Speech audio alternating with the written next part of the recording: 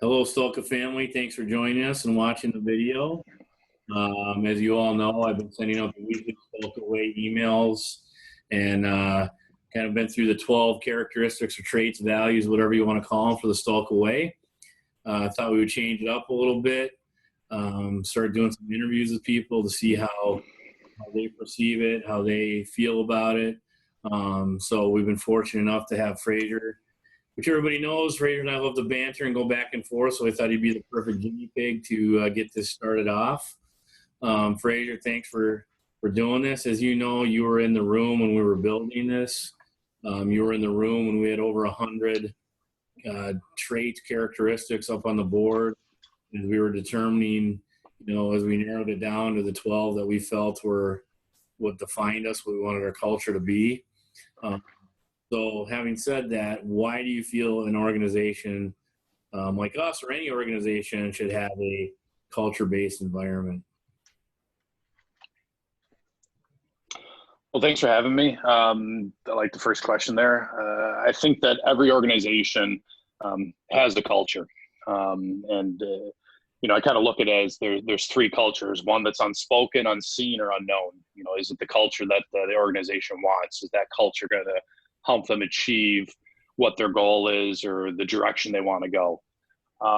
So with that, sometimes when it's unknown or unseen or unspoken, people start to assume, they get confused, and it doesn't assist them with that overall goal. So I definitely feel it's important that we have the Stahlka Way and that we kind of put this in place, and that it'll definitely help us out as we climb to 10 million. Very nice. Was there any one trait that jumps out at you that speaks to you more than the others? I think that's a tough question, though. All of them speak to me in different ways, and you kind of alluded before that, depending on which way you hold up the card, it kind of goes as a pyramid. All of them really go hand in hand. The one that I would say, if I had to pick, would be to do what's right for the customer, because at the end of the day, we're here, we have a great, product and service to offer to our clients, and without them, we wouldn't have a business. But on the same token, without our, the staff and everybody here, we wouldn't be able to offer that service to the customer. So all of them kind of go hand in hand and intertwine a lot. But customer, at the end of the day, is very important. Absolutely. Do you find yourself managing, and if so, how, based off of the Stahlka Way, not only managing, but when you look at recruiting, hiring new employees, how does that play into it? Yeah, I definitely see myself managing off of the Stahlka Way. I think it is a great tool as a manager, because now all the different departments and managers are kind of have the same foundation, the same base that we're kind of trying to grow off of. So definitely use it and try to use it more in meetings and the directions that we have projects going on. Does it achieve, items? Does it hit the Stahlka Way on there? Not every employee, current or future, will have every characteristic and trait that's on there, which isn't a bad thing. But, do the team members now and future team members, they have all of those well-roundedness to them with it?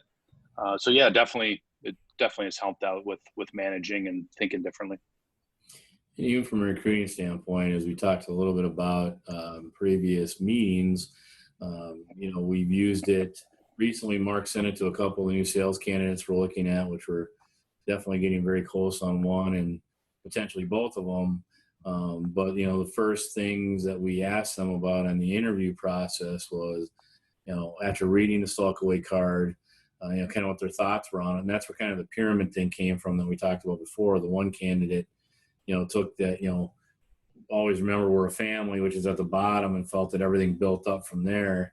And that was during that call that I flipped it upside down. And really, you could put any trait down there and it could build off a pyramid. So from a good foundational standpoint, but it was a big role in what we did in the recruitment process of these these producers, and they were both were, you know, the one was competing with your, you know, larger agencies, and that was one of the things that swung them. So I think that's pretty cool. Well, you know, these are intended to be short, not long. We will be getting around to interviewing most of the employees on this at one point in time.